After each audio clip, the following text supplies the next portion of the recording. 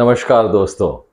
कहानी हम सब की में आप सबका प्यार भरा स्वागत है। कैसे हैं आप लोग? उम्मीद करता हूं अच्छे होंगे। अच्छे ही रहना।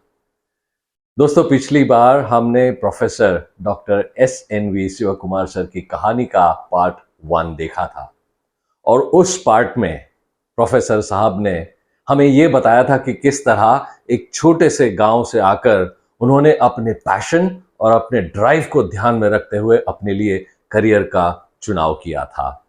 आखिर में हमने उनसे पूछा था कि उनकी प्रोफेशनल करियर की जर्नी कैसी रही। इसका जवाब देते हुए आज के इस पार्ट 2 में प्रोफेसर साहब ने हमारे साथ बहुत ही महत्वपूर्ण बातें शेयर की है, जो कि सिर्फ एक एकेडमिशियन के लिए ही नहीं बल्कि हम सब के लिए, जो कि जीवन में अलग अलग एरिया में काम कर रहे हैं, अलग अलग इंडस्ट्री में काम कर रहे हैं, हम सब के लिए उतनी ही एप्लीकेबल है। तो आइए सुनते हैं प्रोफेसर साहब ने हमें क्या बताया। सो सर, ये जो प्रोफेशनल जर्नी फिर आपकी शुरू हुई, तो वो फिर आगे कैसे, मतलब पहले आपने कहा बिट्स पिलानी एंड देन उसके बाद उसके बारे में कुछ बताया सर। बिकॉज ये जो एकेडमिक्स, यू नो, बहुत सारी चीजें, जब मेरे फादर भी प्रोफेसर हुआ करते थे और कई सारे ऐसे मोमेंट्स उनके लाइफ में आए जहां उनको ऐसा भी लगा होगा कि क्यों कर रहा हूं मैं ये, यू नो। और कई सारे ऐसे मोमेंट्स भी जहां पे उनको लगा कि ये सबसे अच्छी बात है कि मैं देश का फ्यूचर जो है उसके लिए काम कर रहा हूँ। तो आपके लिए सर ये जर्नी कैसी रही? हाँ, मैं जनवरी 91 में पिलानी में ज्वाइन किया था। It was in the first week of January, probably 3rd January ji. और जैसा मैं आपसे शेयर किया था, 2 साल उधर मैं काम किया जी। फिर उसके बाद में मैं PhD परस्यू करने के लिए मैं सेंट्रल यूनिवर्सिटी हैदराबाद में आया। राइट। और हमारा MA, MPhil और PhD हम रेसिडेंशियल स्कॉलर जैसा कैंपस में रह के हॉस्टल में काम किया। ओके। तो फिर वो PhD के टाइम में हमको रेगुलर एम्प्लॉयमेंट अलाउड नहीं था। अच्छा। हाँ, अच्छा। Because we are a residential scholar. Correct. और हमको कैंपस में ही रह के काम करना पड़ता था। राइट। और यदि अपना रोजी रोटी के लिए काम करने का है, a few hours informally people use to permit. आप कहीं पास में कोई कॉलेज में कुछ पार्ट टाइम लेक्चर्स वगैरह लेके आते हैं, not for the whole day, एक चंद घंटा, तो दैट वाज अलाउड। तो that is just to have our livelihood moving on. हाँ, तो फिर उसके बाद में मैं इधर मुंबई में आया था। और मुंबई में जब भी मैं आया था, आई वॉज जॉबलेस। ओह, अच्छा। I had to come to Mumbai because my wife got into UTI and they said the first place of working for her must be Mumbai. Only after a year or two we may consider giving her transfer, but initially no. अच्छा। So जब भी मैं मुंबई आया था, for about 4-5 months I was totally not having anything on hand. और मुंबई में मैं एक 2 years एक प्राइवेट कंसल्टिंग फर्म में काम किया था। I was reporting to principal economic advisor retired of Reserve Bank of India. He was a very nice person, very affectionate, knowledgeable, and I liked the tenure. हमको कुछ economy के बारे में reports वगैरह बनाना पड़ता था। और some consulting we used to do for a oil giant, global oil giant. So मेरा नाम पे वो जाता था उनको, उनका मैनेजिंग डायरेक्टर को। So that was not because of me, it is by looking at the name of that gentleman who was a retired principal economic advisor to RBI. फिर बाद में some of my colleagues genuinely have told me that Shiva, this is not the organization you should be continuing. तेरा हाथ में doctorate है, और यदि graduation करके 2-3 जगह में काम करके इधर आ गए कंसल्टिंग में, then life would move for them, और कोई उसमें रिग्रेट्स नहीं होंगे। बट आगे जाके, I mean, this was the guidance given to me by couple of ladies and those who are already in their late 40s, early 50s. Okay. And once in a while मेरा reporting officer भी मेरे को hint किया, शिवा तू अगर से academics में जाओगे तो अच्छा रहेगा, क्योंकि वो राइटिंग स्किल्स वगैरह देख करके वो समझ गए कि this fellow can do well in academics. तो मैं मणिपाल में टैपमी करके TAPI मैनेजमेंट इंस्टीट्यूट, वहां पर मेरे को रीडर आया था, which is above lecturer in the university system, reader करके। सो वो मैनेजमेंट इंस्टीट्यूट है, यू नो। तो वो मैंगलोर के पास में रहते हैं। तो वहां गया और फिर बाद में मेरा फैमिली इधर मुंबई में थी, उनको क्वार्टर्स वगैरह दे दिया। मेरा डॉटर बहुत छोटी थी वो टाइम में, तो I tried to bring her to Mangalore, but वहां पर इनका UTI ऑफिस में हिंट दिया गया कि next 3-4 years we are not considering any office closer to the place where I was working. The nearest would be Mangalore, which is about 60-70 kilometers from the place where I was working. तो उनको एक train का facility हुआ करता था, but that was too early in the morning. Almost 6 बजे को वो मैंगलोर पहुंच के ऑफिस तो खुलता है 10 बजे के आसपास में। सो इट वाजंट कन्वीनियंट, और daily shuttling by buses, by the public transport, it was not good for lady. तो हमने सोचा कि मेरे को ही रिलोकेट हो जाना चाहिए। So that is what I told the management over here, because of such reasons I need to move back to Mumbai. दोस्तों, हमने अक्सर देखा है कि एक हस्बैंड और वाइफ दोनों ही जब करियर ओरिएंटेड होते हैं, दोनों ही हाईली एजुकेटेड होते हैं, तो ये बात सामने आती है कि शायद हस्बैंड के करियर को संभालने के लिए वाइफ अपने करियर को सैक्रिफाइस करती है, घर संभालती है, या बहुत सारी बातें होती है। लेकिन अक्सर हम यही देखते हैं ये एक वाइफ जो है ये सैक्रिफाइस करती है अपने करियर को। लेकिन यहां पर शिवा कुमार सर ने जो हमें बताया वो तो बिल्कुल इसके विपरीत था।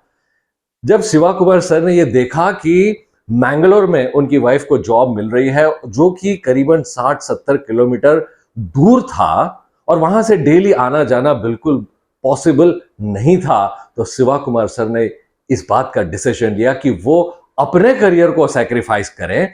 और जब उनकी वाइफ को मुंबई में इतनी अच्छी अपॉर्चुनिटी थी तो वो मुंबई शिफ्ट हो जाए। हालांकि उस वक्त उनके पास मुंबई में कोई अपॉर्चुनिटी नहीं थी, उन्हें यह भी नहीं पता था कि मुंबई जाकर क्या करेंगे, लेकिन सिर्फ अपनी वाइफ को एक बहुत अच्छी अपॉर्चुनिटी थी, तो इसके लिए उन्होंने अपने करियर को सैक्रिफाइस किया। हमने ये बात अक्सर सुनी होगी that behind every successful man there is a supportive wife, लेकिन आज शिवा कुमार सर ने जो किया उससे ये सामने आता है that behind every successful woman there is an understanding husband, and this is what heroes do. जब वक्त आता है तो वो स्टेप बैक कर लेते हैं, अपने करियर को, अपने एस्पिरेशंस को सैक्रिफाइस कर देते हैं अपने परिवार और अपने पार्टनर के लिए। आगे उनकी कहानी से और बहुत कुछ सीखना बाकी है। आइए सुनते हैं और क्या क्या बातें हैं जो शिवा कुमार सर ने हमारे साथ शेयर की। तो इधर आने के बाद मैं सोमैया मैनेजमेंट इंस्टीट्यूट में ज्वाइन किया था, KJ Somaiya management. Right. We have now become a university, yes, about 3 years back. Right. So तभी से मैं यही एम्प्लॉयर के साथ में मैनेजमेंट डिग्री में MBA, इसमें मैं economics and other allied general management subjects पढ़ाता हूँ। क्या बात है। और साथ ही साथ में 2005 से मैं PhD भी गाइड बना है, PhD गाइड करने के लिए supervisor. This is under Mumbai university when we were an affiliated college under the Mumbai University. Right. So Manish ji, ऐसा है कि sometimes when you recall long career and life, कभी सोचा ही नहीं था मैं कुछ ग्रेजुएट बन पाऊं जिंदगी में। अभी आज का मेरा काउंट है कि 14 PhD स्कॉलर्स मेरा गाइडेंस में डॉक्टरल डिग्री हासिल की, and it is still present continuous. आगे भी कुछ और लोग डॉक्टरल डिग्री मेरा सुपरविजन में ले लेंगे। तो ऐसा कभी हम सोचे नहीं थे। कुछ आता पता नहीं एकेडमिक्स में होता क्या है, कितना तक पढ़ने का, क्यों पढ़ने का, पढ़ने के बाद में क्या होगा, absolutely no idea, no clarity. It is God's will. थोड़ा बहुत एफर्ट मैं मानता हूँ, but it is his will. Sir, ये कॉलेज में स्टूडेंट्स को पढ़ाना और वहां से लेकर के अभी जो आप हायर रिस्पॉन्सिबिलिटीज अभी आप निभा रहे हो, सर ये एक्सपीरियंस कैसा है?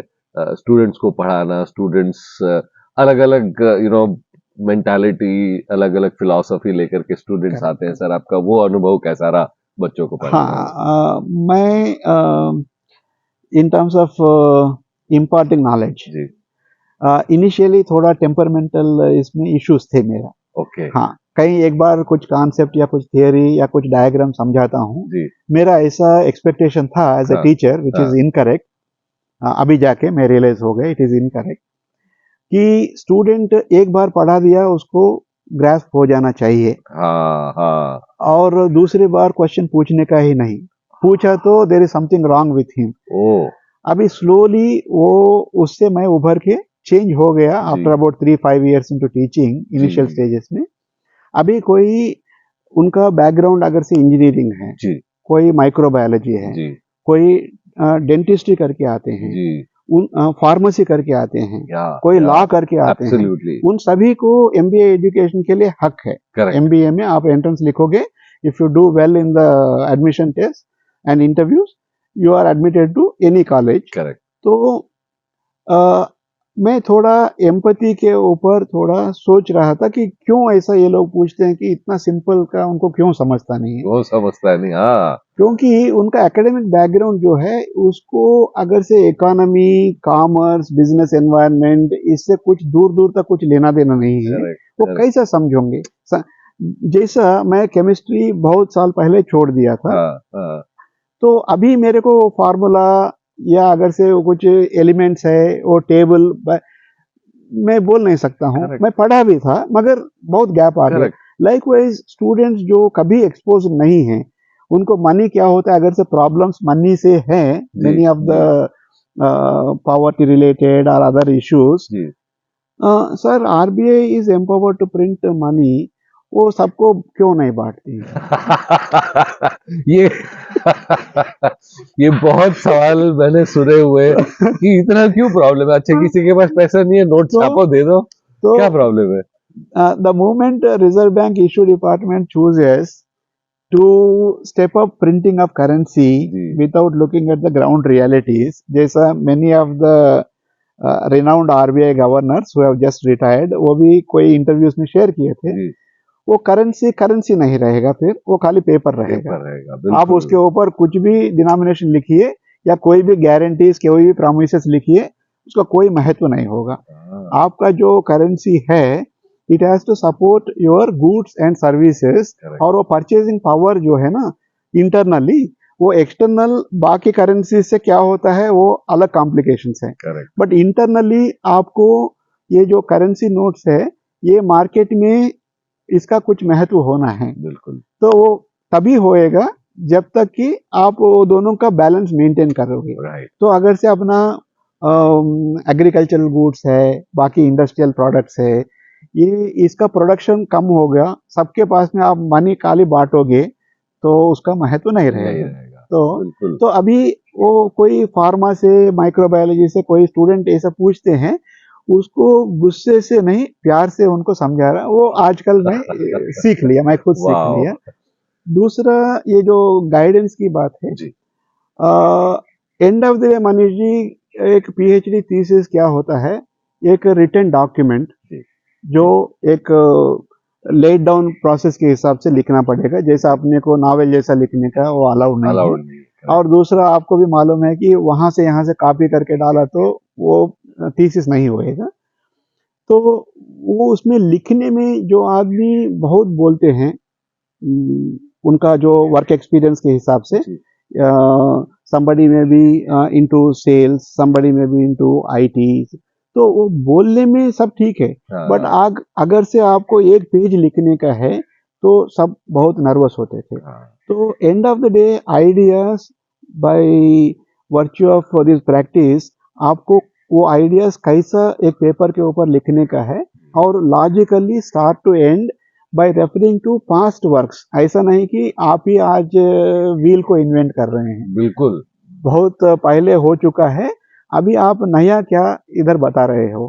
तो वो जानकारी, वो गाइडेंस का भी मेरे को अभी स्लोली एक 15-17 साल में वो भी मेरे को एक क्या बताएं कि एक सेटिस्फाइंग मोमेंट है आज का तारीख में। वाह, ब्रिलियंट ब्रिलियंट। आई थिंक ये सवाल मेरे मन में भी बहुत बार आता था सर कि ये इतना बड़ा थीसिस, खैर मेरे पिताजी ने भी डॉक्टरेट किया हुआ है, तो मैं सोचता था कैसे लिखते हैं इतना।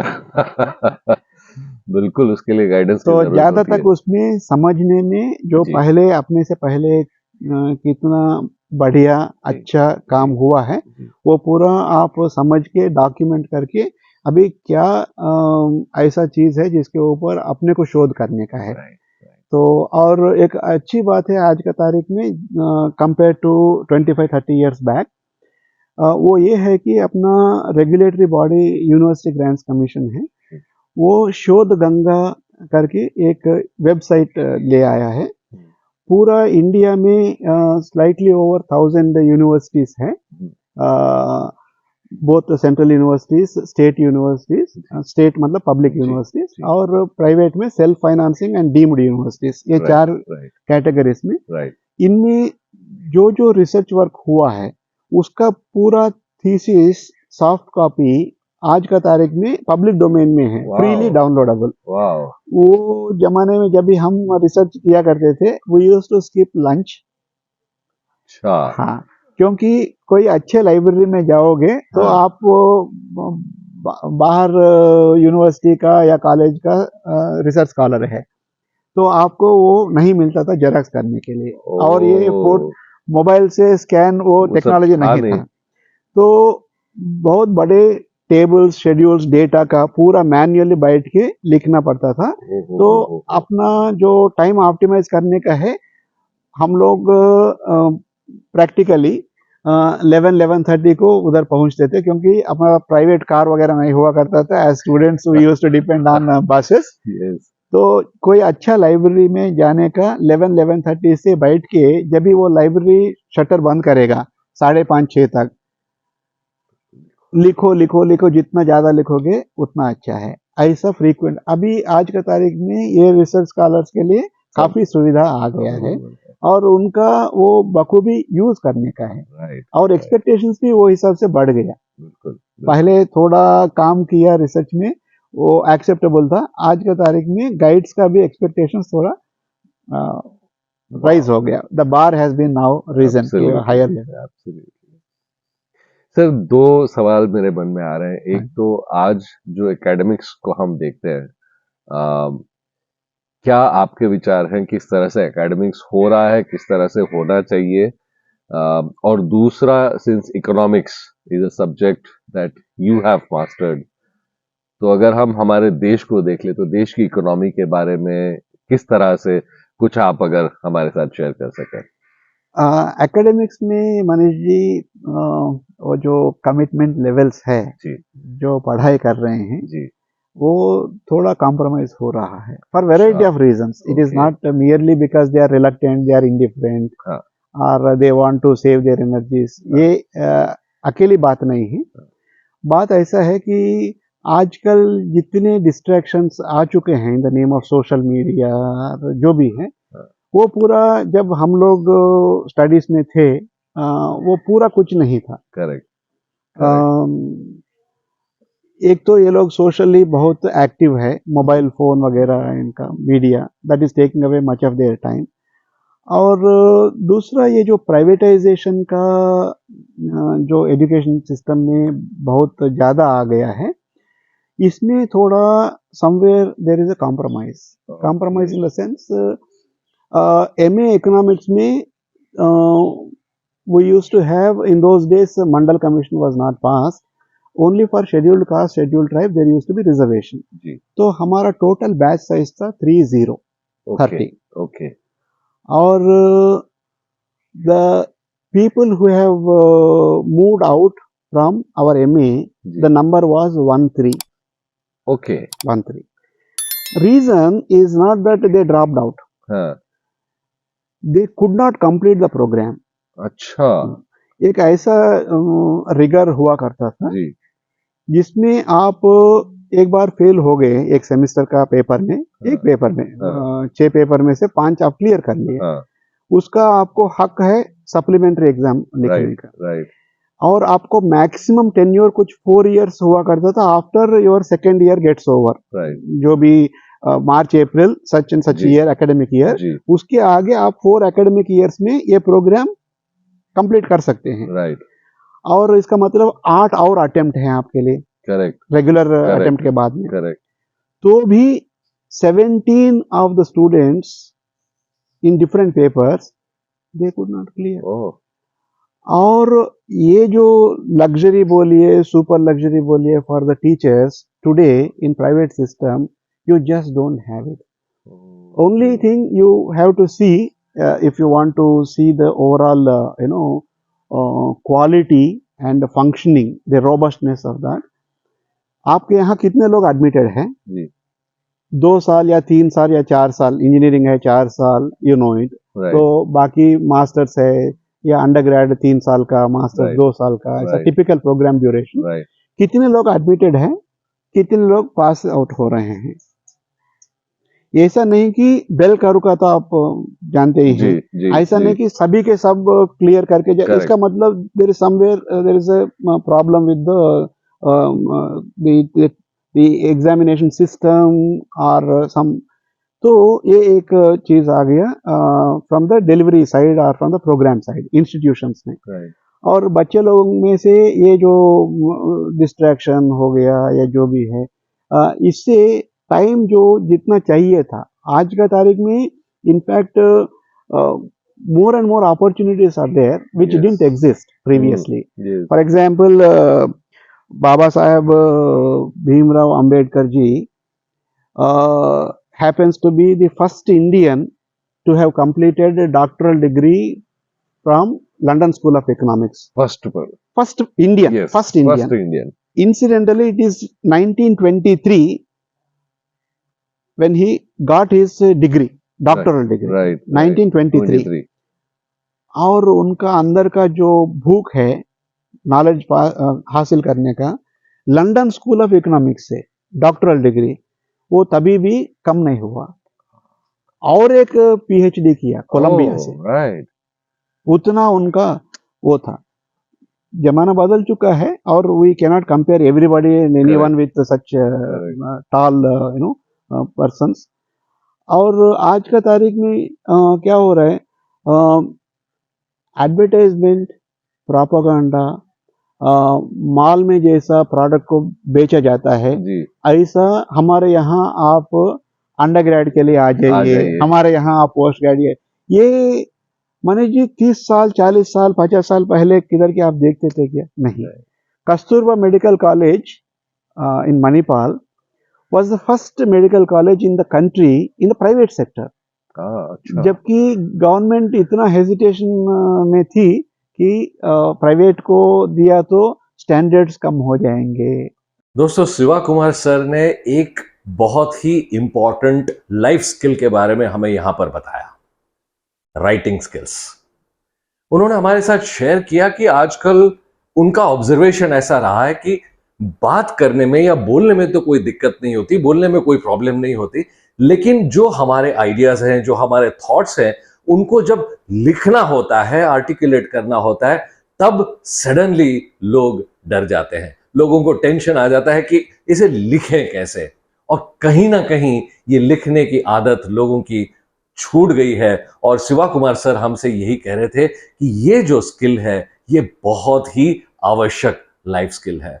दोस्तों, आज हम देखते हैं किसी एक जमाने में अगर हमें कहीं जाना होता था तो हम रास्ता देख देख कर जाते थे। अच्छा, इस पेड़ के लेफ्ट साइड में या इस हरी बिल्डिंग के पीछे, इस तरह के हम माइलस्टोन्स देखा करते थे और जहां जाना होता था वहां पहुंच जाते थे और रास्ता याद भी रखते थे। लेकिन आज हम जीपीएस पर इतना डिपेंड हो चुके हैं कि अगर जीपीएस काम नहीं कर रहा तो हम लॉस्ट फील करते हैं। किसी एक जमाने में हमें हमारे दोस्तों के, रिश्तेदारों के नंबर, टेलीफोन नंबर याद होते थे।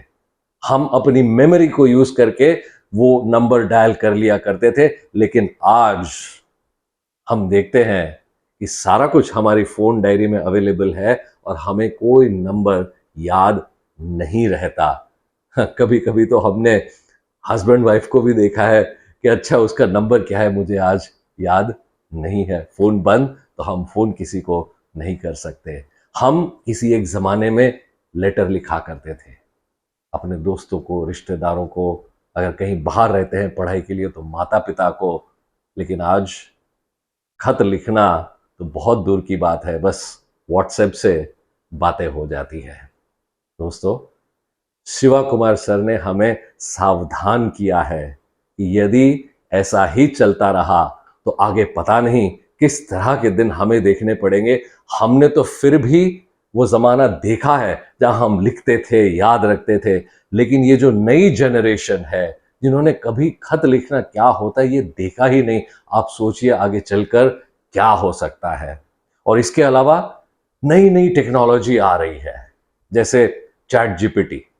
अब चैट जीपीटी में एक आप सिर्फ कुछ बता दो, सारा कुछ लिख करके आ जाता है। दोस्तों, यहां एक बात सोचने लायक है। देखिए, हमारा जो शरीर है उसमें जिस भाग का उपयोग नहीं होता ना, आने वाले समय में वो भाग हमारे शरीर में होता ही नहीं है। डर इस बात का है कि कहीं हमारी सोचने की और लिखने की क्षमता कंप्लीटली खत्म ही ना हो जाए। तो हमें इस बात का ध्यान रखना है कि हमारे बच्चे टेक्नोलॉजी यूज करें, कोई प्रॉब्लम नहीं है, लेकिन एक बैलेंस बनाए रखें। अपनी सोच और अपनी लिखने की जो उनकी स्किल है, उनकी क्षमता है, उसको भी हमें बढ़ावा देना चाहिए। अब ये तो हुई एक स्टूडेंट के पर्सपेक्टिव से बात, लेकिन एज एन एकेडमिशियन ऑल्सो इस बात को ध्यान में रखना बहुत जरूरी है कि आजकल स्टूडेंट्स का भी अटेंशन स्पैन बहुत कम हो गया है, क्योंकि बहुत सारा डिस्ट्रैक्शन है। ये सोशल मीडिया है, बहुत कुछ है जहां पर स्टूडेंट्स डिस्ट्रैक्ट हो रहे हैं। और ये सिर्फ कॉलेजेस में हो रहा है ऐसा नहीं है, ऑफिसेस में भी अगर हम देखें तो यही बात होती है। डिस्ट्रैक्शन बहुत ज्यादा है, अटेंशन स्पैन बहुत कम हो गया है।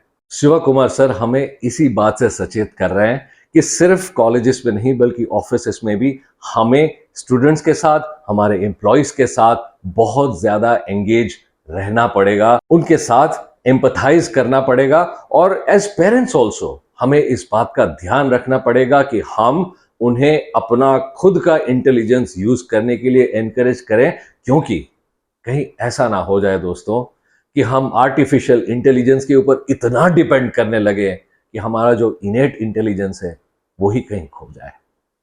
दोस्तों, आगे शिवा कुमार सर ने हमें और बहुत कुछ बताया है, हमारी बात को हम उनके साथ आगे बढ़ाते हैं। तो second question, I am sorry, मैं मेरा इकोनॉमी के बारे में। इकोनॉमी के बारे में मनीष जी बहुत कुछ हुआ है इंडिया में। हाँ। एक 300-400 years back, if we go back into the history, much before we were a colony, 1700 के आसपास में India was number one, literally number one, not Wow. among the top. India was Number one. number one.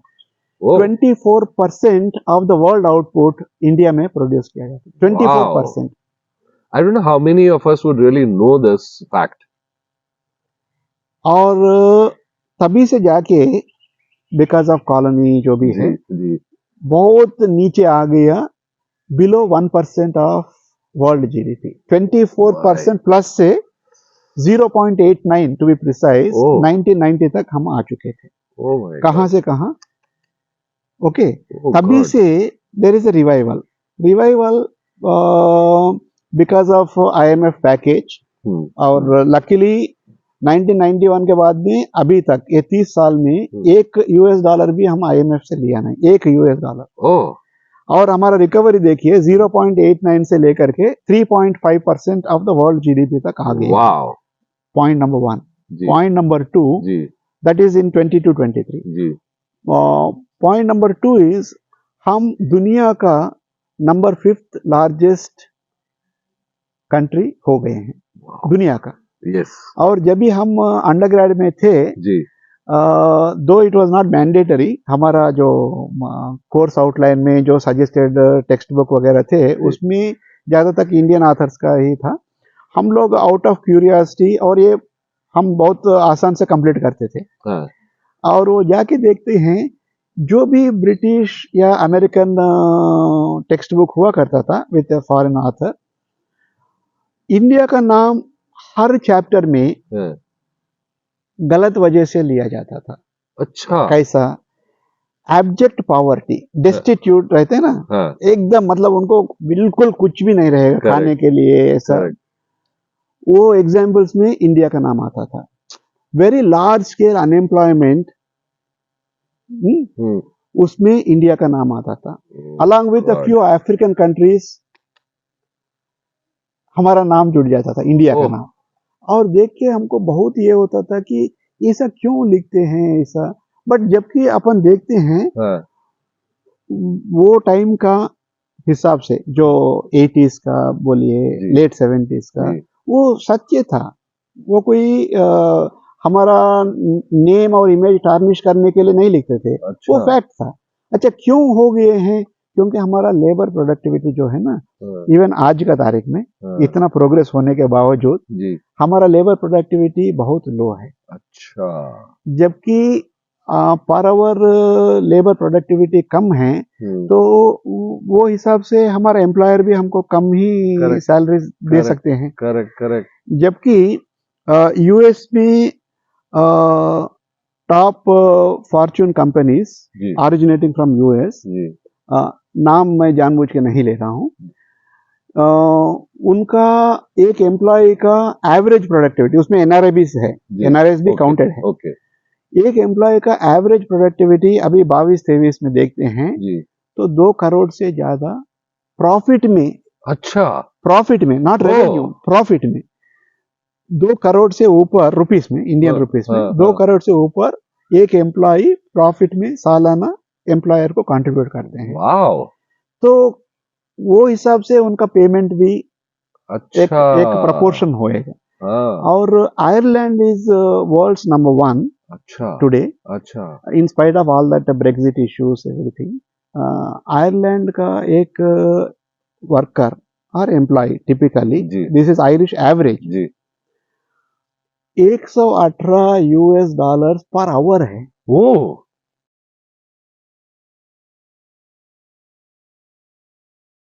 तो ये था professor SNV Shiv Kumar sir की कहानी का part 2। Shiv Kumar sir अभी इस पार्ट में हमें बस बता ही रहे थे कि इकोनॉमी को समझने की कितनी ज्यादा हमें जरूरत है। क्योंकि दोस्तों, मेरे घर की इकोनॉमी और देश की इकोनॉमी, इन दोनों में कोई फर्क नहीं है। और ये क्यों फर्क नहीं है और क्या इनमें समानता है, ये शिव कुमार सर हमें पार्ट 3 में बताएंगे। आपने ये भी सुना होगा कि शिव कुमार सर यूएस और आयरलैंड के पर पर्सन प्रोडक्टिविटी के बारे में बता रहे थे। आई एम श्योर आपके मन में यह सवाल आया होगा कि हमारे देश की, भारत की पर पर्सन प्रोडक्टिविटी क्या है। ये भी शिव कुमार सर हमें बताएंगे पार्ट 3 में। तो बने रहिए हमारे साथ पार्ट 3 देखने के लिए। आज का हमारा ये वीडियो यदि आपको पसंद आया है तो इसे लाइक करना ना भूलें। ज्यादा से ज्यादा अपने दोस्तों और रिश्तेदारों के साथ इस वीडियो को शेयर कीजिए। हमारे डिस्क्रिप्शन बॉक्स में हमने आपके लिए एक फूड फॉर थॉट लिखा हुआ है। कृपया डिस्क्रिप्शन बॉक्स में जाइए, उसे पढ़िए और आपके विचार हमारे साथ शेयर कीजिए। और यदि अभी तक आपने हमारे इस चैनल को सब्सक्राइब नहीं किया है तो तुरंत इसे सब्सक्राइब करें और हमारे देश की इकोनॉमी में आपका योगदान दीजिए। हम बहुत जल्द फिर आपसे मिलेंगे। तब तक के लिए please take good care of yourself. नमस्कार।